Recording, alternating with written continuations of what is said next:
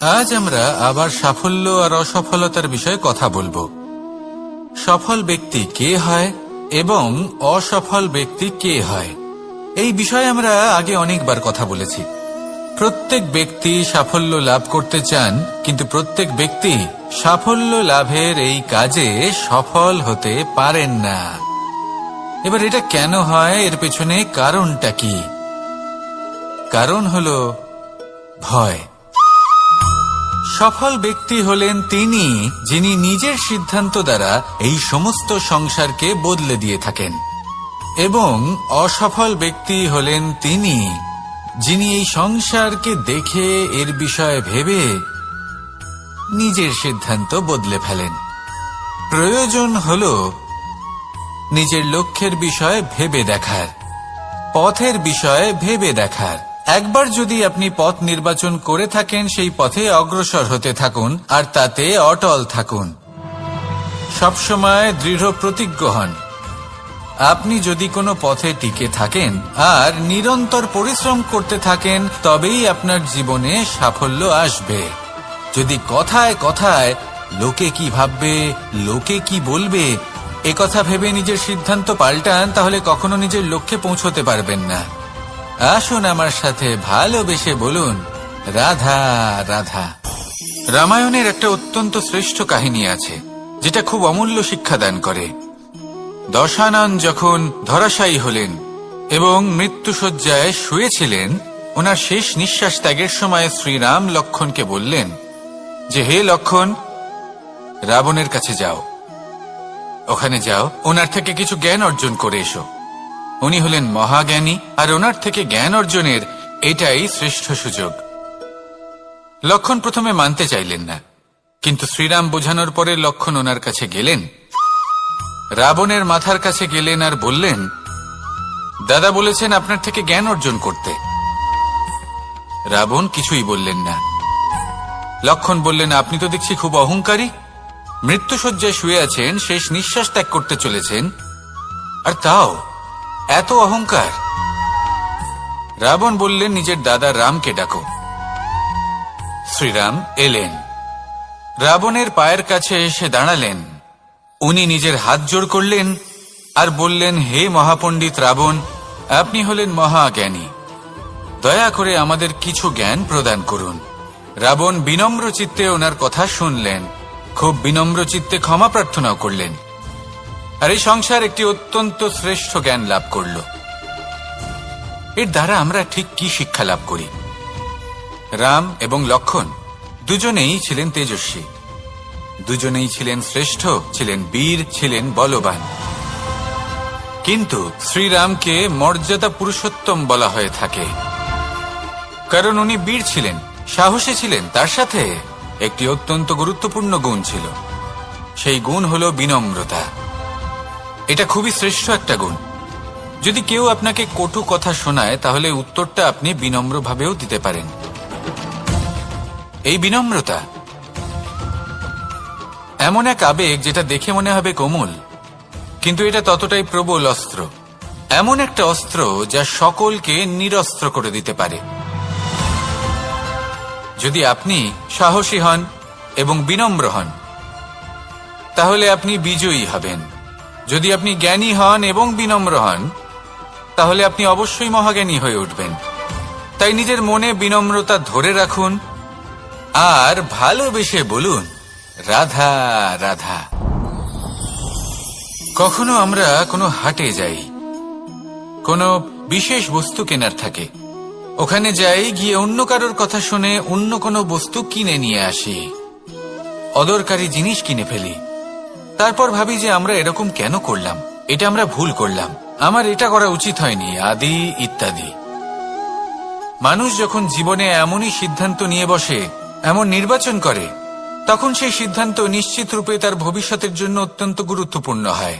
কিন্তু যদি আপনি কোনো অনুচিত চয়ন করে ফেলেন, তাহলে মন খারাপ করবেন না, সেই গ্লানিবোধ নিয়ে কষ্ট পাবেন না, সামনে অগ্রসর হতে থাকুন।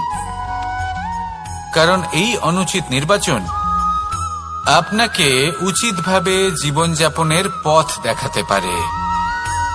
এবার যদি আমি আপনাকে বলি যে আপনি আগুনে হাত দিন, সেটা কি আপনি করবেন? করবেন না। কেন? কারণ জীবনে কোনো না কোনো দিন আপনি একটা ভুল নির্বাচন করে আগুনে হাত দিয়েছিলেন। তারপরে আপনি শিক্ষা পেয়েছিলেন যে আমি জীবনে আর কোনোদিন আগুনে আর কিছুতেই হাত দেব না। এই জীবনও ঠিক সেরকমই। জীবনের সেই সব অধ্যায়, সেই সব সময় যা ব্যর্থ হয়েছে সেটা নিয়ে ভেবে সময় নষ্ট করবেন না। সেটা থেকে যে শিক্ষা পেয়েছেন সেটা মনে রাখুন, আর যে অধ্যায় বাকি রয়েছে, যে সময় বাকি রয়েছে, তাতে কিভাবে সফল হওয়া সম্ভব সেই বিষয়ে ভাবুন। আর আমার সাথে ভালোবেসে বলুন, রাধা রাধা। নিজের নিজের অভিজ্ঞতাগুলো দেখে, তার পরিণাম দেখে প্রত্যেক মানুষের মনে একটা ধারণা জন্ম নেয়। প্রজন্মের পর প্রজন্ম যখন অগ্রসর হতে থাকে, এই ধারণাগুলোই কারণ হয়ে ওঠে যা মানুষের জীবনে তার শুভর, অশুভর, লাভের, ক্ষতির এই সব কিছুর আধার হয়ে ওঠে। যেমন ধরুন আপনি কোথাও যাচ্ছেন আর পথে বেড়াল রাস্তা পার করে গেল, সেটা অশুভ বলা হয়। কেউ হাঁচলে কাজ থামিয়ে দেওয়া হয়। বলা হয় যখন আপনি কোনো শুভ কাজ করতে যাবেন তখন মিষ্টি খেয়ে যাবেন, কাজ সফল হবে। যদি কোনো ব্যক্তি অনুচিত কথা বলে দেন তার মানে অনুচিত কিছুই ঘটবে, আদি ইত্যাদি এরকম অনেক সংখ্যক ধারণা আছে। কিন্তু সবকিছু যদি এরকমই হতো তাহলে প্রত্যেক মানুষ নিজের কথা দ্বারা নিজের বা অন্য কারোর জীবন স্বর্গতুল্য করে তুলত, নয়তো নরকে পরিণত করত। কিন্তু এরম কি আদৌ হয়? না। কারণ এই সব ধারণা, এই সব কিছু এর উৎস হলো মানুষের মন, তার মস্তিষ্ক। যখন আমরা কোনো বাক্য বা কোনো ধারণাকে একটু বেশি গুরুত্ব দিয়ে ফেলি, তার উপর একটু বেশি বিশ্বাস করে ফেলি, তখন যেটা হয়, তখন আমাদের এই ইচ্ছে শক্তি তার সঞ্চার হয় সেই বাক্যের মাধ্যমে, আর সেই জন্য সেই বাক্য আস্তে আস্তে ফলপ্রসূ হতে থাকে। এটা হলো মানুষের মনের শক্তি, তার মস্তিষ্কের শক্তি। এটা কখনো ভুলে যাবেন না। এটা প্রয়োগ করুন আর তার সদ্ব্যবহার করুন। একে প্রয়োগ করুন নিজের লক্ষ্যে পৌঁছানোর জন্য, শুভ কর্ম করার জন্য। আসুন আমার সাথে ভালোবেসে বলুন, রাধা রাধা।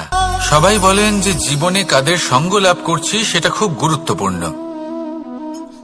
এক ঝুড়ি ফলের মধ্যে যদি একটা পচা ফল আপনি রেখে দেন তাহলে আস্তে আস্তে সমস্ত ফল পচে যায়। সেই জন্য কথায় আছে যে কুসঙ্গ থেকে দূরে থাকো। কিন্তু কি করা যায়? এই সংসার খুবই ছোট।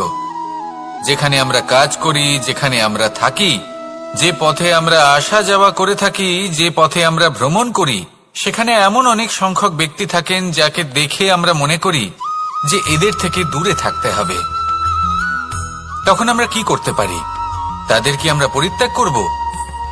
তাহলে এই সংসারে এমন অনেক মানুষ আছেন, তাহলে কি সংসারই পরিত্যাগ করব? না। সেই ফলের মতন হবেন না যারা একটি পচা ফলের উপস্থিতির জন্য নিজেরাও নষ্ট হয়ে যান। বরং হয়ে উঠুন চন্দন বৃক্ষের মতন, যেটা আসলে সাপেদের বাসস্থান, যেখানে অনেক সংখ্যক অত্যন্ত ভয়ানক বিষধর সাপ থাকে। তারপরেও এই চন্দন, সে কিন্তু নিজের শ্রেষ্ঠত্ব হারায় না। এর মূল্য কিন্তু সেই একই থাকে। মনে রাখবেন, এই সংসারে নিজের সঙ্গ বদলানোর পূর্বে নিজেকে বদলান। নিজেকে কিছুটা এমন ভাবে গড়ে তুলুন যে কেউ আসুক না কেন সে যেন আপনাকে বিভ্রান্ত বা দূষিত না করতে পারে। আসুন আমার সাথে ভালোবেসে বলুন, রাধা রাধা। এই সংসারে প্রত্যেকটা জিনিসের নিজস্ব একটা বিশেষত্ব আছে, আর তার বিশেষত্বর জন্যই তাকে বিশেষ গুরুত্ব দেওয়া হয়। যদি কথা বলি অস্ত্রের, যেমন তরোয়াল। তরোয়াল নির্মাণ করা হয়েছে রক্ষার জন্য। কত তাড়াতাড়ি সে সামনে উপস্থিত শত্রুকে নিধন করতে পারে। এবার এই তরোয়ালের কোন গুণটা দেখা প্রয়োজন? সেটার ধার। সেই বস্তুটি নয় যার মধ্যে এই তরোয়াল রাখা হয়। সেইভাবেই যদি আমি কথা বলি বানের, তাহলে এটা প্রয়োজনীয় নয় যে সেই বান কতটা তীক্ষ্ণ, কতটা বলশালী। এটা দেখা প্রয়োজন যে তার আকারটা কেমন। সে কি বাতাস ভেদ করে নিজের লক্ষ্যে পৌঁছতে পারবে? সেটা বেশি গুরুত্বপূর্ণ, সেই জায়গাটা নয় যেখানে সেই বাণ রাখা হয়। ঠিক সেইভাবে যদি আপনি কোনো মানুষেরই মূল্য বুঝতে চান, তাকে পরখ করে দেখতে চান, তাহলে তার জাতি, তার ধর্ম, তার রূপ, তার আকার, সেগুলো দেখে তাকে পরখ করতে চেষ্টা করবেন না। তাকে পরখ এই সব কিছুর ভিত্তিতে করবেন না। তার স্বভাবটা দেখুন, তার গুণ দেখুন, তার প্রতিভা দেখুন, তার কর্ম দেখুন, কারণ এটাই সেই ব্যক্তির আসল পরিচয়, এটাই হলো তার অস্তিত্ব। যখনই আপনি কোনো নর্তককে শ্রেষ্ঠ নৃত্য প্রদর্শন করতে দেখেন, তখন আপনি কিন্তু এটা ভাবেন না যে সে কোথা থেকে এসেছে, সে কি খায়, ওর বন্ধু বান্ধব কারা। আপনি তার নৃত্য দেখেন, ওর শিল্প দেখেন, সেটারই প্রশংসা করেন, সেটাকেই সম্মান করেন। সেইভাবে এই সংসারে সকলকে সম্মান করুন। আর এই সম্মানের আধার হওয়া উচিত তার গুণ, তার স্বভাব, তার কর্ম, তার রূপ আর তার বেশভূষা নয়। আসুন আমার সাথে ভালোবেসে বলুন, রাধা রাধা। এই সংসার বলে যে কৃষ্ণ হলো মহাযোগী, কেউ বলে যে কৃষ্ণ হলো সাংখ্যযোগের প্রবর্তক, কেউ বলে ভক্তিযোগের, কেউ বলে জ্ঞান যোগের, কেউ কেউ এটা মনে করেন যে অষ্টাঙ্গ যোগের প্রভু হলাম আমি। কিন্তু এই যোগ আসলে কি? যোগ বিষয়টাকে বোঝা খুব একটা কঠিন নয়, কিন্তু সেই যোগকে নিজের যাপনের অংশ করে তোলা হলো অত্যন্ত কঠিন, আর তার জন্য প্রয়োজন অভ্যাস। যোগ শব্দটার অর্থ হলো যুক্ত করা, আর এটা আমি ছোটবেলায় শিখেছিলাম। যখন আমার মাখন খেতে ইচ্ছে করত, আর মা মাখনের সেই হাঁড়িটা ওপরে টাঙিয়ে রাখতেন, তখন আমরা ভাবতাম যে অত দূরে পৌঁছবো কি করে। তখন আমরা যোগের বিষয়ে জানতে পারলাম, আর তখন জানতে পারলাম যে সব থেকে গুরুত্বপূর্ণ যোগ আসলে কি? সহযোগিতা, সাহায্য। আমরা সব সখারা একসাথে জড়ো হতাম, একে অপরের পিঠের ওপর উঠে দাঁড়াতাম, আর তারপর আমরা ওই মাখনের হাঁড়ির কাছে পৌঁছতে পারতাম, আর তারপর আমরা সবাই মিলে সেই মাখন ভাগ করে খেতাম। সহযোগিতা, এটা অত্যন্ত গুরুত্বপূর্ণ। পাণ্ডবরাও মহাভারতে এটাই করেছিলেন।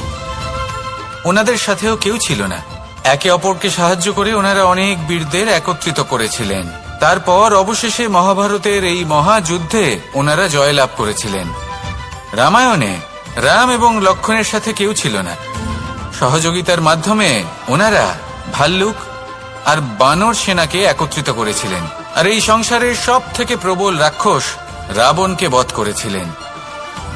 মনে রাখবেন, একসাথে মিলে যদি আপনারা কর্ম করতে শেখেন, তাহলে এই সংসারে এমন কিছুই নেই যেটা আপনি অর্জন করতে পারবেন না। আসুন আমার সাথে ভালোবেসে বলুন, রাধা রাধা। সূর্য এই সংসারকে আলো প্রদান করে। সূর্যের মনে যদি নিজের তেজের জন্য অহংকার জন্ম নেয়, তখন তার অহংকার ভঙ্গ করে মেঘ। সূর্যের আলো পূর্ণরূপে ঢেকে দেয়। মেঘের মনে যদি নিজের গতি নিয়ে অহংবোধ জন্ম নেয়, তাহলে মেঘের অহংকার ভঙ্গ করে পর্বত, মেঘের গতি অবরুদ্ধ করে দেয়। এবার যদি পর্বত নিজের নিশ্চলতা নিয়ে অহংকার করে, তাহলে সেই অহংবোধ ভঙ্গ করে একটি মূষক, সেই বিশাল পর্বতে একটি ছিদ্র করে দেয়। এবার যদি মূষকের নিজের মনে অহংবোধ জন্ম নেয়, তাহলে জল তার অভিমান ভঙ্গ করে, সেই ছিদ্র দিয়ে প্রবেশ করে। আর যদি জলের মনে অহংবোধ জন্ম নেয়, তখন মানুষ বাঁধ নির্মাণ করে তার গতিপথ রুদ্ধ করে, জলের অহংকার ভঙ্গ করে। আর যদি মানুষের মনে অহংকার জন্ম নেয়, তখন সূর্য নিজের তাপ দ্বারা মানুষের অহংকার ভঙ্গ করে। এই সংসারে অহংকার প্রদর্শন করার কোনো প্রয়োজন নেই। আমাদের সবার মধ্যেই কিছু বিশেষ গুণ আছে, আর সবার মধ্যে কোনো না কোনো দোষও আছে। এই প্রকৃতি আমাদের কি শিক্ষা দেয়? কেউ একে অপরের সাথে লড়াই করে না, একে অপরের জন্য বাধা সৃষ্টি করে না, শুধু নিজের কর্ম করে। সূর্য নিজের প্রকাশ দ্বারা বনস্পতি এবং গাছপালাকে জন্ম দেয়। মেঘ বর্ষা সৃষ্টি করে লুপ্ত হয়ে যায়, আবার নির্মিত হয়। পর্বতের সেই নিশ্চলতা সেই বর্ষাকে একটা দিশা প্রদান করে, আর তারপরে তা ধারা হয়ে প্রবাহিত হয়ে যায়। এইসব কি? এইসব একটা সম্পর্ক, একটা চক্রের মতো। সবাই একসাথে নিজের কর্ম করে, তাই এই চক্র আবর্তিত হয়। এটা আমাদেরও করতে হবে, একসাথে মিলে কাজ করতে হবে। কারোর জন্য বাধা হয়ে উঠলে হবে না, কাউকে ছোট মনে করলে হবে না। এটাই করতে থাকুন, সবাই মিলেমিশে কর্ম করুন। প্রকৃতি আমাদের এই শিক্ষাই দেয়। আসুন আমার সাথে ভালোবেসে বলুন, রাধা রাধা। একটি সোনার মুদ্রা নিন, সেটা জলে ফেলে দিন, তারপর তুলে নিন, সেটা মাটিতে ফেলে দিন, আবার তুলে নিন, কাদায় ফেলে দিন, আবার তুলে নিয়ে হাতুড়ি দিয়ে তার উপর প্রহার করুন। তারপরেও সেই সোনার মুদ্রার মূল্য সেটাই থাকে যা আগে ছিল, তাই না? এটা হলো উদাহরণ সংসারের সেই প্রত্যেকটা জীবের জন্য, প্রত্যেকটা মানুষের জন্য। কখনো কখনো জীবনে সাফল্যের বদলে আমরা বিফলতা পাই। যতটা আশা করেছিলাম ততটা শ্রেষ্ঠ কর্ম করতে পারি না। কখনো বা আমরা ভুল করে ফেলি, কখনো আমরা অনুচিত কর্ম করে ফেলি, কখনো সংসার আমাদের বুঝতে পারে না। তার পরিণামস্বরূপ এই সংসার আমাদের নিন্দা করে, আমাদের উপেক্ষা করে, আমাদের বিষয়ে কটু কথা বলে, কখনো সামনাসামনি বা কখনো পেছনে। সংসার এমন একটা আচরণ করে যেন আমাদের সাথে কথা বলাটাই একটা বিশাল অপরাধ। এবার সেক্ষেত্রে কি করা উচিত? মনকে শান্ত করা উচিত। বেশিরভাগ ক্ষেত্রেই এমন সময় মানুষ এটা ভেবে বসে যে তার জীবনের কোনো মূল্যই নেই। তার মনে হয় যে সে এই সংসারে শুধু একটা বোঝার সমান। সে নিজেকে ঘৃণা করতে থাকে, ওর মনে হয় যে তার জীবন শূন্য। কিন্তু তা নয়। আপনি সোনার মুদ্রার মতো, যদি আপনার মধ্যে সেই গুণ থাকে, আপনি শ্রেষ্ঠ কর্ম করেন, আপনার মধ্যে সেই বিদ্যা থাকে, আপনি নিরন্তর প্রয়াস করেন, সৎকর্মের পথে এগোতে থাকেন, তাহলে আপনার নিজের যে মূল্য তৈরি হয় সেটা কোনো পরিস্থিতিতে কোনো ব্যক্তি আপনার থেকে কেড়ে নিতে পারবে না। শুধু নিজে ভেঙে পড়বেন না, এটা ভাবুন যে সম্মান আপনি হারিয়েছেন সেটা আপনি কিভাবে ফিরে পেতে পারেন, তার জন্য কি করতে হবে। যে ধন আপনি হারিয়েছেন সেটা পেতে হবে কিভাবে, তার জন্য কি কি করতে হবে। শান্ত মনে সবটা ভেবে দেখুন, সিদ্ধান্ত নিন এবং অগ্রসর হন। আপনি এই সংসারের কাছে তেমনই হয়ে উঠবেন যেমন আপনার কর্ম হবে। যদি তা শ্রেষ্ঠ হয় সবাই তাই ভাববে। আসুন আমার সাথে ভালোবেসে বলুন, রাধা রাধা। মানুষ যখনই কোনো পর্বতারোহণ করতে শুরু করে তখন সে বারবার পড়ে যায়, বারবার উঠে দাঁড়ায়, সামনে এগোতে চেষ্টা করে। কিন্তু যদি সে দৃঢ় নিশ্চয় করে থাকে তাহলে সে অবশেষে সেই পর্বতের শিখরে পৌঁছেই যায়। চলার পথে যদি বড় কোনো পাথর চলে আসে বা পর্বতের কোনো বড় অংশ সামনে আসে তাহলে সে তার সাথে ধাক্কা খায় না, সে পথ বদলে নেয়। কিন্তু বাধা তাকে সবসময় পেতেই হয়, আর সেই বাধা সে পায় ছোট ছোট পাথরের দ্বারা। তাদের উপর পা পড়লে তার পা পিছলে যায় আর সে পড়ে যায়। এই ছোট ছোট পাথর হলো আমাদের জীবনের সেই ছোট ছোট সমস্যা, সেই ছোট ছোট ভুলগুলো যেগুলো আমরা অবজ্ঞা করতে থাকি। আমরা ভাবি এর দ্বারা কি বা ক্ষতি হবে, কিন্তু সেগুলোই অনেক সময় আমাদের অসফলতার কারণ হয়ে দাঁড়ায়। যত তাড়াতাড়ি সম্ভব এই ছোট ছোট পাথরগুলিকে জীবন থেকে তুলে ফেলে দিন। ভুল হওয়াটা স্বাভাবিক, কিন্তু তার মানে এই নয় যে বারবার সেই ভুলের পুনরাবৃত্তি ঘটবে। ভুলটা বুঝুন, সেটা স্বীকার করুন আর সেটা শুধরে নিন। যখন আপনি এটা করতে শিখবেন তখনই খুব তাড়াতাড়ি আপনি সেই শিখরে পৌঁছতে পারবেন। আর যখন পৌঁছে যাবেন তখন এই মন প্রসন্ন হয়ে বলবে, রাধা রাধা। আপনি কখনো পলাশ ফুল দেখেছেন? কি সুন্দর দেখতে, লাল রক্তবর্ণ, উজ্জ্বল, কিন্তু এতে কোনো সুগন্ধ নেই। সেই জন্য ওকে শুধু চোখ ভরে দেখতে ইচ্ছে করে। দেখবেন তাকে কিন্তু পুজোতে ব্যবহার করা হয় না, এই ফুল দিয়ে মালা বানানো হয় না। সেরকমই আমাদের জীবনে এমন অনেক ব্যক্তি রয়েছেন যাদেরকে সম্মান অর্জন করতে হয়। যদি আপনি কোনো উচ্চ বংশে জন্ম নিয়ে থাকেন এবং আপনার কাছে সবকিছু থাকে, ধন ঐশ্বর্য থাকে, সবকিছু আপনি আগে থেকেই পেয়ে গেছেন, তাও কিন্তু এই সংসার আপনাকে সম্মান দেবে না। ততক্ষণ পর্যন্ত দেবে না যতক্ষণ না আপনি নিজের অন্তরে গুণ জাগ্রত করছেন, শ্রেষ্ঠ কর্ম করছেন, নিজের অন্তরে ইতিবাচক মনোভাবের এই সুবাস জাগ্রত করছেন। যদি এসব কিছু করেন তাহলেই এই সংসার আপনাকে সম্মান দেবে। এবার এটা আপনার ওপরে নির্ভরশীল যে আপনি কি পলাশ ফুলের মতো হতে চান, নাকি অন্য কোনো ফুল হয়ে উঠতে চান যার সুবাস আছে, যে নিজের সুবাস এই সারা পৃথিবীতে ছড়িয়ে দেয়। আসুন আমার সাথে ভালোবেসে বলুন, রাধা রাধা। এই সংসারে একটা শব্দ আছে যার বিষয়ে মানুষ অত্যাধিক চিন্তা ভাবনা করে, আর সেই শব্দ হলো অস্তিত্ব, পরিচয়। প্রত্যেক ব্যক্তি এই সংসারে নিজের অস্তিত্ব করতে চায়, আর ছোট থেকে এটাই হয়। যখন আমরা শ্রেণীকক্ষে যাই, পড়তে যাই, তখন আমরা এটাই ভাবি যে আমরা নিজেদের অস্তিত্ব গড়ব, সুনাম অর্জন করব। সকল ব্যক্তি যাতে এটাই বলে যে এই হলো সর্বশ্রেষ্ঠ ছাত্র, আর এটাই আমাদের পরিচয়। কার্যক্ষেত্রেও আমরা ঠিক এটাই চেষ্টা করি, পরিশ্রম করতে থাকি এবং ভবিষ্যতে গিয়ে আমরা নিজেদের পরিচয় খুঁজে পাই। পরিচয়ের সাথে সাফল্য আসে, আর সাফল্যের সাথে আসে অস্তিত্ব। আর যখন এই দুটি সংযুক্ত হয়, তখন মানুষ অসফলতার কথা ভেবে ভয়ভীত হয়ে পড়ে, আর এটা ভাবতে থাকে যে যদি আমি অসফল হই তাহলে সেই পরিচিতির কি হবে, সেই নামের কি হবে, সেই সবকিছু যে আমি অর্জন করেছি তার কি হবে। সে ভয়ভীত হয়ে পড়ে, আর এই ভয়ের কারণে তার বিকাশ কোথাও না কোথাও অবরুদ্ধ হয়। সে শ্রেষ্ঠ কর্ম করা বন্ধ করে দেয় এবং শুধু এই সুরক্ষিত থাকতে চেষ্টা করে। আর অসফল হলে তাতে ভয় পাওয়ার কোনো প্রয়োজন নেই, কারণ যখন আপনি সফল হন তখন এই সাফল্য আপনার পরিচয় এই সংসারের সাথে করায়। কিন্তু যখন আপনি অসফল হয়ে থাকেন তখন এই অসফলতা এই সংসারের পরিচয় আপনার সাথে করায়, যা অত্যন্ত আবশ্যক। অসফলতা প্রত্যেকের জীবনেই আসবে, তার সম্মুখীন হন আর তার থেকে শিক্ষা লাভ করুন। কারণ যখনই আপনি অসফল হন তখনই আপনার জ্ঞান চক্ষু উন্মুক্ত হয়। আসুন আমার সাথে ভালোবেসে বলুন, রাধা রাধা।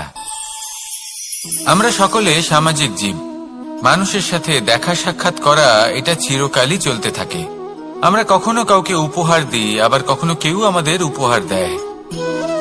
কখনো কি এমন হয়েছে যে আপনি কাউকে একটা উপহার দিয়েছেন, কিছু সময় পরে বা কিছু মাস পরে সেই উপহারই ঘুরে ফিরে আপনার কাছেই এসেছে, অর্থাৎ সেই বস্তুটাই আপনার কাছে আবার ফিরে এলো? এরকম হয়। ছেলেবেলায় একদিন একজনের বিবাহ ছিল, তখন মা তাকে একটা উপহার দিতে চাইছিলেন, তাই তিনি একটা পোশাক বানালেন আর সেটাকে সুসজ্জিত করছিলেন। আমি দেখলাম আর জিজ্ঞেস করলাম যে মা, এই পোশাক এত সুসজ্জিত করার কি আছে? তখন মা বললেন যে কানাই, কখনো কাউকে এমনই উপহার দেবে, এমন প্রকারে দেবে যে সেটা যদি আবার ঘুরে ফিরে তোমার কাছে ফিরে আসে তাহলে যেন তোমার খারাপ না লাগে। এটাই কিন্তু হয় আমাদের ব্যবহারের সাথে, কর্মের সাথেও এবং আমাদের কথার সাথেও। তেমনই আচরণ করবেন যে আচরণ আপনি সহ্য করতে পারবেন। যদি মুখ থেকে কটু কথা বেরোতে থাকে তখন নিজেকে সংযত করে নিন। সেই শব্দই প্রয়োগ করুন যেটা আপনি তার বদলে শুনতে চাইবেন এবং আপনার দুঃখও হবে না। কারণ আপনার কর্ম এমন একটা উপহার যেটা আবার ঘুরে ফিরে ফলস্বরূপ আপনার কাছেই আসবে। সেই জন্য নিজের আচরণ শুভ করুন, নিজের মানসিকতা শুভ করুন, নিজের মুখ থেকে মধুর বাণী নিঃসৃত করুন, আর এইভাবেই মধুরভাবে বলুন, রাধা রাধা। পাশা নামক এই খেলাটি আপনারা নিশ্চয়ই খেলেছেন, না খেলে থাকলে দেখেছেন, আর যদি দেখেও না থাকেন তাহলে নিশ্চিত রূপে শুনেছেন। মহাভারতের এই মহাযুদ্ধ কোথাও না কোথাও এই পাশা নামক খেলার কারণে হয়েছিল। পাশারি, বিচিত্র খেলা, দান এইসবের কারণে কেউ নিজের মাথায় রাজ মুকুট পরিধান করেছিলেন, আবার সেখানেই পরাজিত হওয়ার জন্য কাউকে বনবাসও ভোগ করতে হয়েছিল। কিন্তু এই খেলা সমাপ্ত হওয়ার পরে সমস্ত ঘুঁটি আর এই পাশার ছক একই পুটলিতে স্থান পেল। এটাই হলো আমাদের জীবন। এই সংসারে আমরা জয় পরাজয়ের বিষয়ে এতটাই ভাবি, এত চিন্তা করি যে এই জীবনের খেলার আনন্দটাই উপভোগ করতে পারি না। আর অবশেষে কি হয়? কেউ জয়ী হন, কেউ পরাজিত হন, কিন্তু দুজনেই একই স্থানে পৌঁছে যান। প্রত্যেক ব্যক্তি মৃত্যুর পরে একটি নির্দিষ্ট স্থানেই পৌঁছতে বাধ্য, কিন্তু ততক্ষণ এই জীবন, এই খেলা, তার আনন্দ উপভোগ করুন। এই সংসারে সেই ব্যক্তি শ্রেষ্ঠ স্থানে পৌঁছতে পেরেছেন যিনি এই সংসারকে প্রকাশ প্রদান করেছেন, যিনি কখনো জয় পরাজয় এই বিষয়ে ভাবেননি, শুধু এই জীবনের খেলার আনন্দ উপভোগ করেছেন। এটাই আপনিও করুন আর আমার সাথে ভালোবেসে বলুন, রাধা রাধা। প্রত্যেক মানুষ নিজের জীবনে দুঃখ অনুভব করেন। প্রত্যেকের দুঃখ আলাদা হতে পারে। কারোর মনে এই দুঃখ থাকে যে সে তার বাবা মায়ের সব ইচ্ছে পূরণ করতে পারেননি। কেউ এটা ভেবে দুঃখ পান যে সে চিরকাল সদাচার করেছেন, সৎকর্ম করেছেন, কিন্তু তাও তাকে দুরাচারী বলে মনে করা হয়। কেউ এটা ভেবেও দুঃখ পান যে তার সামনে যে ব্যক্তি রয়েছেন তার চোখে তিনি শত্রু হয়ে উঠেছেন বা দুষ্ট হয়ে উঠেছেন, যেখানে তিনি হয়তো কোনো অনুচিত কাজই করেননি। এবার এই সমস্ত বিষয় নিয়ে ভেবে নিজের ব্যক্তিত্ব নিয়ে সন্দেহ প্রকাশ করবেন না। যদি নিজের ব্যক্তিত্ব নিয়ে কোনো সন্দেহ থেকে থাকে, তাহলে কর্ম সংক্রান্ত প্রশ্ন করুন যে আপনি যা করেছেন তাতে কি উচিত ছিল, কি অনুচিত ছিল। যেটা প্রয়োজন সেটা এটা বোঝার যে আপনার অন্তর্মন, আপনার বিবেক আপনাকে কি বলছে, আর আপনার অন্তর্মন আর আপনার বিবেক আপনাকে যেটা করতে বলবে শুধু সেটাই করুন। আর তারপরে এই সংসার কি বলবে, কি ভাববে সেসব নিয়ে ভাবতে যাবেন না, কারণ এই সংসার তো ঈশ্বরকেও প্রশ্ন করে থাকে, ঈশ্বরকেও দোষী মনে করে। কখনো কখনো যখন কোনো ঘটনা মানুষের ইচ্ছা অনুযায়ী ঘটে না, তখন মানুষ এটা বলে যে হে ঈশ্বর, আপনি আমার পাশে থাকলেন না, আপনি বড়ই কঠোর, এটা আপনার দোষ।